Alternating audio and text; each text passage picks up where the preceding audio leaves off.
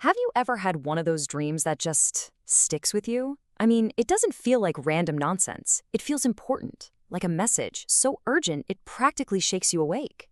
Well, today we're going to crack open a psychological mystery that's hidden inside one of those dreams.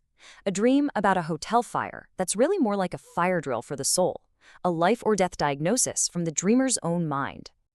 So let's just dive right in. We're going to walk through this dream exactly as it happened with zero context at all. That way we can really feel the confusion and the urgency firsthand, just like the dreamer did. Bam! It starts with a jolt. The fire alarm is screaming. You know that sound. It's an immediate, undeniable warning that something is wrong.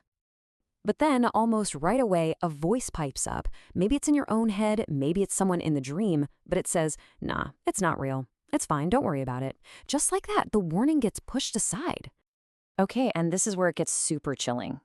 The danger isn't, down the hall or in some other room. The fire is right at the doorway. The threshold itself, the very point of exit, is on fire. The transition is the crisis. So naturally, panic starts to set in. The dreamer's frantically trying to pack a bag, trying to save things, to bring the past with them, but the bag snags. It just won't close. It's this desperate, failing attempt to carry everything into whatever comes next. You do what you're supposed to do, right? You follow the glowing green signs, the official escape routes. But here, they're totally useless. Every door is locked. The normal way out is just gone. And then you get down to the lobby, this big public space, and it's just bizarrely calm. People are just hanging out, waiting. They know there's a fire, sure, but they say it's not here yet. And besides, it's cold outside. And here it is.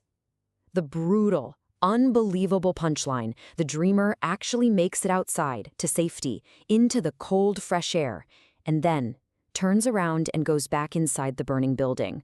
Why? Because it was too cold out there. The familiar warmth of a place that is doomed was better than the uncomfortable chill of the unknown. I mean, what? It's a shocking choice, right? Completely illogical, totally self-destructive. So what on earth is the psyche trying to communicate with this terrifying story? To get it, we have to remember that dreams don't speak English. They speak in a secret language, a language of symbols, and our job is to crack the code.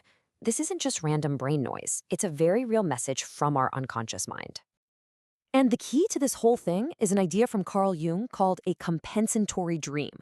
Remember how that voice in the dream just dismissed the alarm as not real? Well, this dream is the psyche's way of screaming back, "Oh, it's real all right. Pay attention. This is a much bigger deal than you think." So, how do we translate this thing? We're going to use a simple 3-step decoder ring. First, we'll pull out all the key symbols. Then, we'll figure out the pattern they're making together. And finally, we connect that pattern back to real, waking life. All right, let's put on our detective hats and start the investigation. Every single element in this dream is a clue, a piece of evidence that's pointing us toward a hidden truth. First up, the hotel. It's so important that the dream didn't choose a house or a home. It shows a hotel, a place you pass through. Symbolically, this is huge. It represents a life structure, a job, a role, an identity that was never supposed to be permanent. The dreamer is living in a temporary situation. Next, we have the fire. In dreams, fire is almost never just about danger.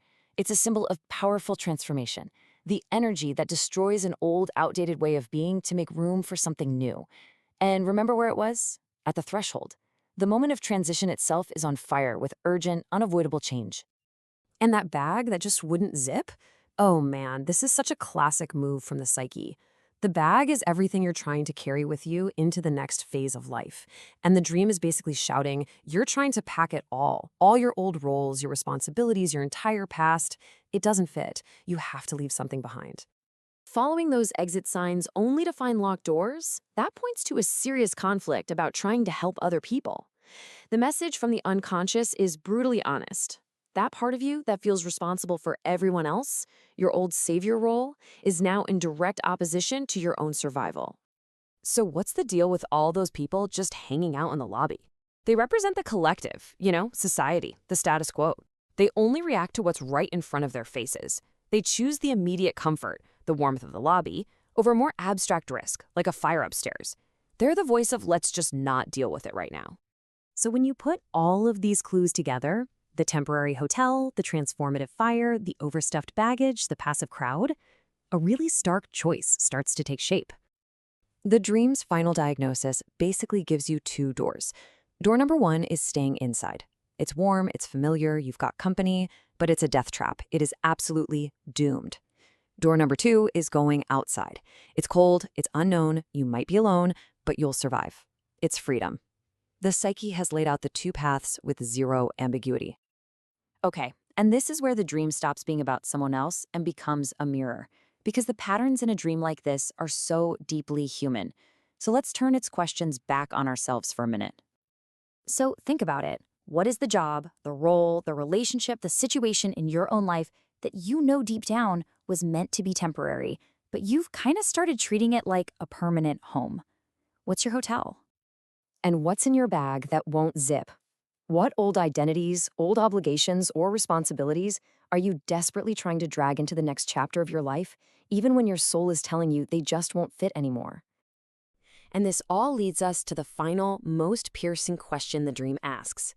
The new path, the path of survival and freedom, it's not guaranteed to be comfortable, especially at first. It might be lonely, it's definitely going to be unfamiliar.